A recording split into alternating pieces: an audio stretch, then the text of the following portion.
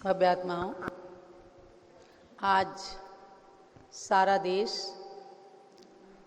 रामनवमी मना रहा है। मर्यादा पुरुषोत्तम राम की जन्म से पवित्र हुई इस नवमी तिथि को चैत्र शुक्ला नवमी की तिथि राम नवमी के नाम से वैदिक परंपरा में प्रसिद्ध हुई है। ऐसे उन राम के नाम का स्मरण करते हुए सभी लोग हाथ जोड़ लीजिएगा। रामः सिद्ध जिनेश्वरः विजयते, रामं सदा स्मर्यते, रामेण इव सुखायते यं धरा, रामाय कुर्वे नमः। रामानास्ति परा सुतश्च सुलभा, रामस्य धन्या प्रसू, रामेद्यापि सदा ममापि हृदयः, हे राम जीवस्व त्वं, हे राम जीवस्व त्वं। सातों विभक्तियों में राम के नाम को विभक्त करके मैंने सिद्ध परमेष्ठी मर्यादा पुरुषोत्तम राम का स्मरण किया। अर्थात सिद्ध जिनेश्वर राम, जिन्होंने अपनी आत्मा को सिद्ध परमात्मा बनाया, ऐसे राम इस संसार में विजयशील हो रहे हैं। रामम सदा स्मर्यते, उन राम का स्मरण हमेशा किया जाता है। रामेणैव सुखायते यम धरा, और उन राम के नाम से ये धरा सुख की अनुभूति करता है। रामाय कुर्वे नमः, ऐसे राम के लिए नमस्कार है। रामान नास्ति परः सुतश्च सुलभः, राम के अतिरिक्त इस धरती पर कोई सुत, कोई पुत्र इतना प्रसिद्धि को सुलभता से प्राप्त नहीं हुआ। रामस्य धन्या प्रसू, ऐसे राम को जन्म देने वाली वह कौशल्या माता भी अयोध्या नगरी में धन्यता को प्राप्त हो गई, क्योंकि पुत्र की विशेषता से माता की कुक्षी पवित्र हो जाती है, धन्य हो जाती है। रामेद्यापि सदा ममापि हृदय, ऐसे उन राम के अंदर आज भी, यानी राम में मेरा हृदय गदगद होता है। राम को हृदय में धारण करके मेरे हृदय में, राम में मेरा हृदय हमेशा रहता है। संबोधन में हे राम विजयस्व त्वं, ऐसे हे राम सिद्ध परमेष्ठी भगवान, आप इस धरातल पर हमेशा विजयशील रहें। अभ्यात्माओं, राम एक व्यक्ति का ही नाम नहीं, राम संघर्ष का दूसरा नाम है। राम हर जिह्वा का प्रिय नाम है। राम राम हर प्राणी की आत्मा का एक नाम है, आत्मा राम। हर प्राणी की आत्मा में बसने वाला आत्मा राम। राम सतियों के सतीत्व की रक्षा करने का पर्यायवाची नाम राम। राम पितृभक्ति का सर्वोच्च नाम राम, जिन्होंने पिता के वचनों की रक्षा के लिए अयोध्या का राज्य छोड़ दिया, वन वन में रहना स्वीकार कर लिया। इससे ऊंचा पितृभक्ति का कोई दूसरा नाम नहीं हो सकता।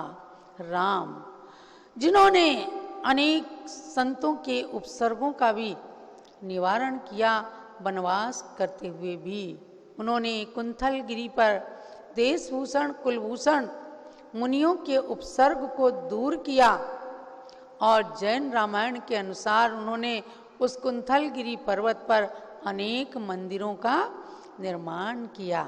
अभ्यात्माओं, ऐसे राम का नाम हर एक प्राणी के लिए एक बार राम राज्य का युग स्मरण कराता है। ये चैत्र का महीना है।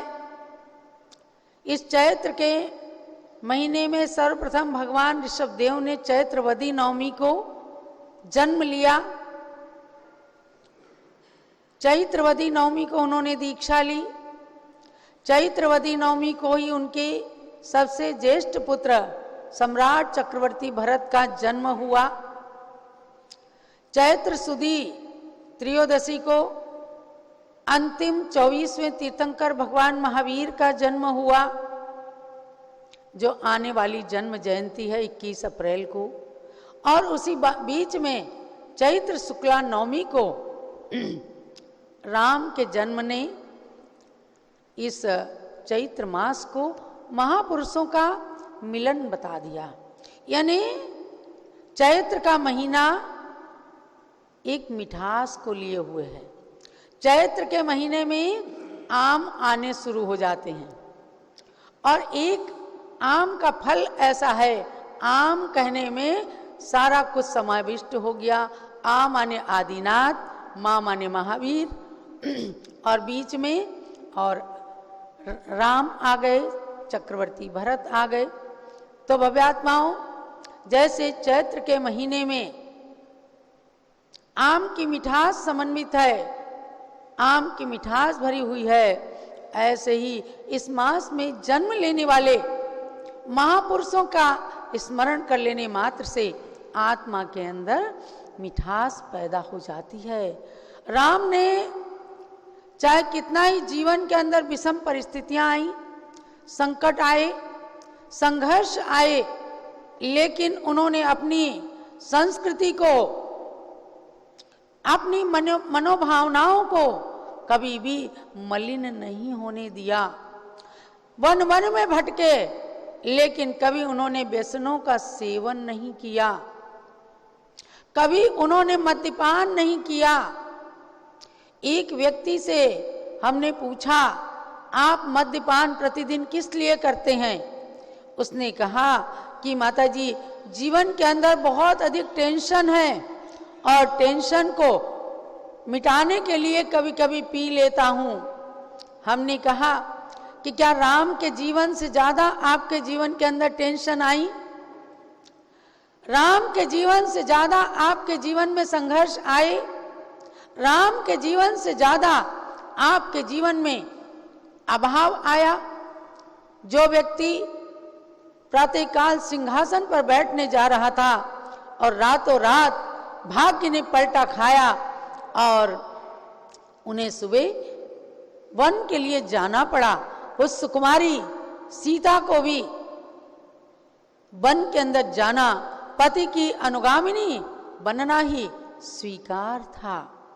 तो महानुभावों, जैसे मैंने चैत्र महीने का महत्व बताया, इसकी शुरुआत 16 कारण पर्व से होती है और 16 कारण पर्व के प्रथम दिन यानी चैत्र कृष्णा एकम के दिन ही इस युग की प्रथम बाल ब्रह्मचारिणी कुमारी मैना ने हाथ में पिच्छिका धारण की थी महावीर जी अतिशय क्षेत्र पर, और वो युग की प्रथम बाल ब्रह्मचारिणी साध्वी आज 72 साल से अपनी पिच्छिका के गुणों का, पिच्छिका की मर्यादा की रक्षा कर रही हैं। राम से, महावीर से, आदिनाथ से जिनका संबंध जुड़ा है, जो 16 कारण पर्व की एक अधिष्ठात्री देवी जैसी बन गई। देखो, मैं एक बात और बताती हूँ। चैत्र कृष्णा एकम के दिन उन्होंने छुल्लिका दीक्षा धारण की और 3 वर्ष तक उस पद में रह करके आचार्य शांति सागर महाराज के 3 बार उन्होंने दर्शन कर लिए। पुनः चैत्र मास का जब 16 कारण पर्व संपन्न हुआ तो वैशाख कृष्णा दूज को उन्होंने आरिका दीक्षा ले ली। जब 32 दिन के व्रत के बाद लोग पारणा करते हैं, एकम तक तो उपवास या व्रत रहते हैं और उसके बाद दूज को पारणा करते हैं, यानी 16 कारण का समापन, 16 कारण की अंतिम जाप उस दिन की जाती है। ऐसे 16 कारण के प्रारंभ में जिनके हाथ में पिच्छिका आई, 16 कारण के समापन में जिनके हाथ में बड़ी पिच्छी और बड़ी पदवी आई, ऐसी ज्ञानमती माता जी आज 72 वर्षों से निरतिचार चतुर्थकालीन ब्राह्मी सुंदरी माता की चर्या का दिग्दर्शन करा रही हैं। और कल आपने उनके केशलोच देखे। अब जरा भीषण गर्मी है, केशलोच, उपवास, इन सब के कारण थोड़ी शारीरिक कमजोरी तो आना स्वाभाविक है। उसी को महसूस करते हुए आज आपके समक्ष उपस्थित नहीं हुई हैं, लेकिन उनकी आत्मा सदा बलवान है। आदिनाथ महावीर और राम के समान मर्यादा और कर्तव्य की रक्षा करने में जो सदैव सदैव तत्पर हैं, जो हमेशा अपने मूल को स्वीकार करती हैं। क्या होता है कि एक नारी मंदिर में आती है, बड़ी सुंदर सी एक नथ उसने बनवाई। अब मंदिर में आई, बार बार यूं यूं यूं करके अपनी नथ को देख रही थी। वो मंदिर से दर्शन करके जाने लगी तो भी उसकी नथ के लिए किसी ने पूछा नहीं। आखिर एक महिला से उसने कहा, देखो मेरी नथ कितनी सुंदर बनी है। बोले हाँ अच्छी तो बनी, बहुत बढ़िया, अच्छे सोने की है, इसमें अच्छे अच्छे नग लगे हुए, अच्छी है। पास में एक पुरुष खड़े हुए थे, उन्होंने कहा, बहन जी आप इस नथ की सुंदरता से अपने सौंदर्य की वृद्धि कर रही हैं। अब सोचो कि इस नथ को जिसने बनाया उस सुनार का भी तो स्मरण करो। अगर उस सुनार ने इतनी सुंदर नथ बना के नहीं दी होती तो आप कैसे इसको धारण करती और कैसे आपको पता लगता कि सुंदर है और कैसे आप प्रशंसा की पात्र बनती। बोले हाँ ये तो बात है। यानी कि अपने मूल को स्मरण कराने का कर्तव्य भान उस व्यक्ति ने कराया। ऐसे ही महानुभाव आज हम जो इतना संत समूह को देख रहे हैं, चाहे कोई कितनी प्रभावना करने वाला हो, चाहे कितना समूह एकत्रित कर ले, सौंदर्य नजर आ जाए, लेकिन उसके पीछे हमें चारित्र चक्रवर्ती आचार्य शांति सागर महाराज जैसे स्वर्णकार का जड़ का स्मरण करना पड़ेगा कि अगर इस 20वीं 19वीं 20वीं सदी के अंदर शांति सागर नाम का सूर्य दक्षिण भारत के अंदर भोजग्राम के अंदर नहीं चमका होता तो आज ये गुरुओं की, ये मुनियों की, ये संतों की लंबी श्रृंखला आपको नहीं दिख सकती थी। इसलिए सदा नमन करती हैं पूज्य ज्ञानमती माता जी और कहती हैं शांति सागर महाराज ने आज इस धरती को लुप्त प्राय सुप्त हो गई मुनि परंपरा का जो जीर्णोद्धार और विकास किया, उनके परम उपकार को हम कभी भी भूल नहीं सकते। उन्होंने अगर षटकंडागम सिद्धांत ग्रंथ को छपाने की, अनुवाद की प्रेरणा नहीं दी होती, आज वो जिनवाणी माता दीमकों के पेट में चली गई होती और तमाम पन्ने चले गए। लेकिन जब उनका ध्यान गया तो उन्होंने जिनवाणी का जीर्णोद्धार किया। उन्होंने अनेक स्थानों पर जिन मंदिर बनाए, दहेगांव के अंदर, कुंभोज के अंदर बाहुबली भगवान के बनाने की प्रेरणा दी। उन्होंने अनेक गुरुओं को बनाया। तो आचार्य वीर सागर महाराज जिनसे दीक्षाली ज्ञानमती माता, जिन्होंने प्रथम कुंवारी शुल्लिका वीरमती के मस्तक पर हाथ रख करके उन्हें ज्ञानमती बना दिया। हम सब तो उनके उपकार के तले दबे हुए हैं। हम 7 जन्मों तक भी अगर इनके उपकार को मानेंगे, अगर एक कन्या ने आजादी का झंडा लेकर आगे अपने कदम नहीं बढ़ाए होते तो आज कुंवारी कन्याओं के त्याग का मार्ग अवरुद्ध ही रहता। तो शांति सागर महाराज ने मुनि परंपरा को जीवंत किया।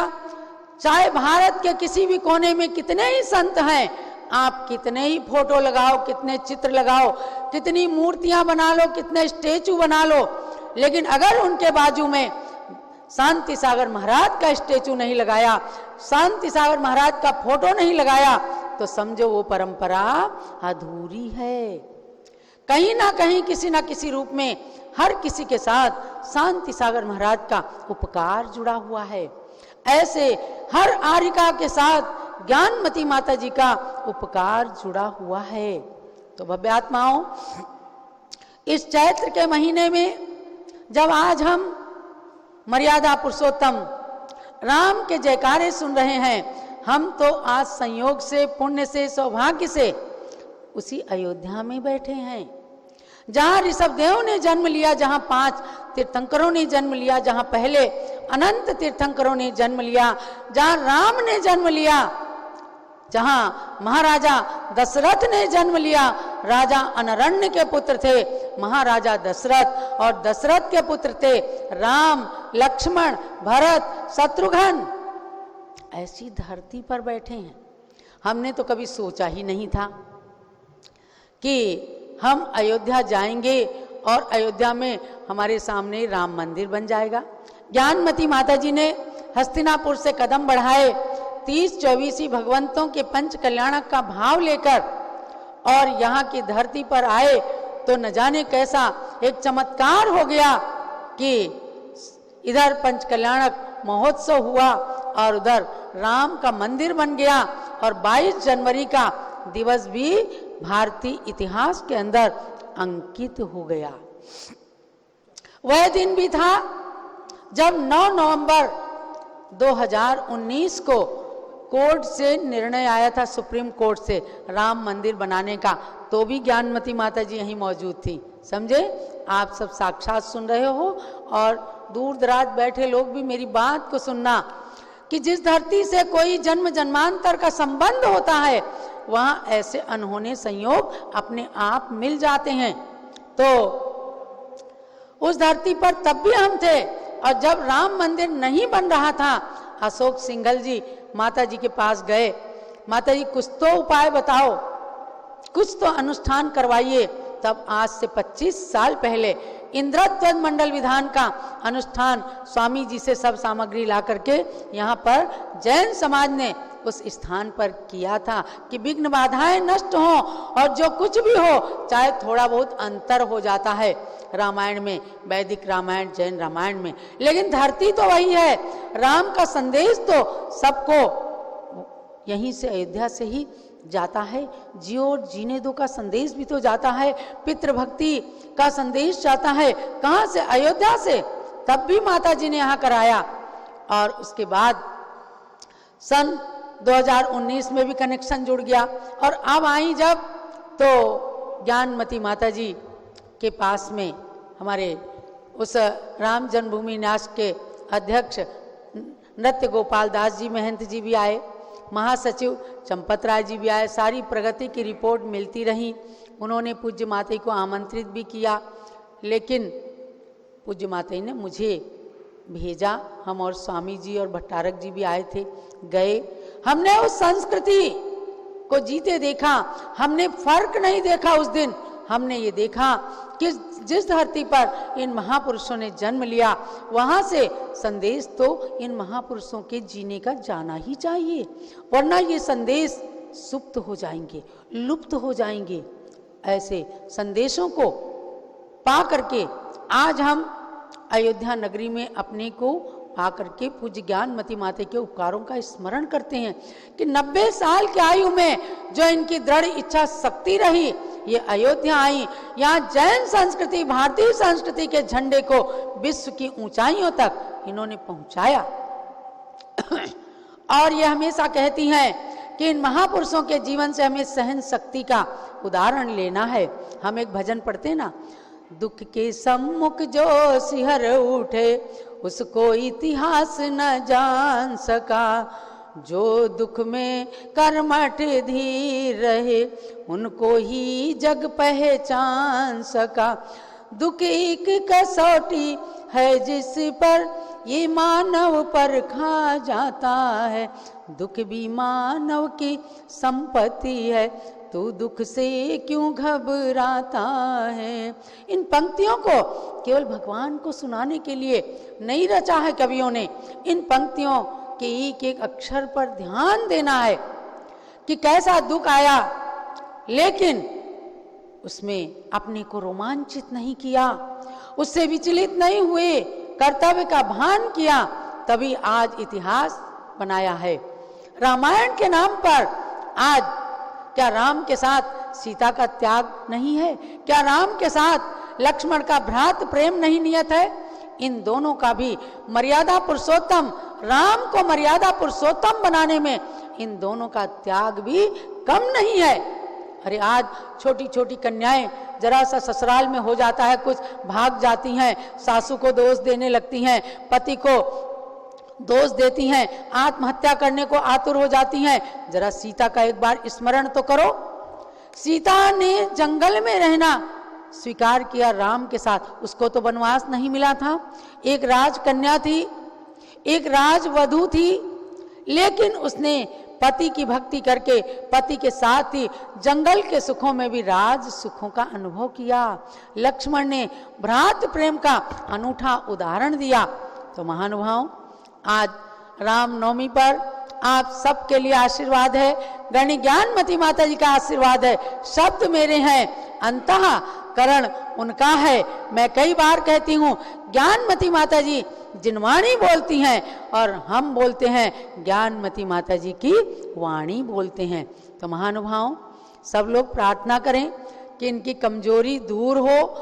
मध्याह्न में ही ये आपके सामने पारस चैनल पर आए, इनकी शारीरिक शक्ति भी बढ़े। भगवान राम, भगवान ऋषभ देव से इनको शक्ति मिलती है। जब भक्ति करती हैं तो प्रतिदिन इनकी भक्ति बढ़ती जाए, इनकी शक्ति बढ़ती जाए। हम सब इनकी सेवा वैयावृत्ति करके और अपने जन्म को सफल करते जाएं। तो रामनवमी पर पितृभक्ति, भ्रातृभक्ति, पति भक्ति का उदाहरण लेकर सभी महिलाएं, सभी पुरुष अपने अपने कर्तव्य की रक्षा करें, कर्तव्य का पालन करें। सबके लिए यही रामनवमी पर संदेश है। भारत के राष्ट्रपति, प्रधानमंत्री, उत्तर प्रदेश के मुख्यमंत्री, राज्यपाल आदि सबके लिए इस रामनवमी पर मंगल संदेश ज्ञानमती माता जी का अयोध्या से प्रेषित किया जाता है। जब अयोध्या शाश्वत तीर्थ क्षेत्र की जय।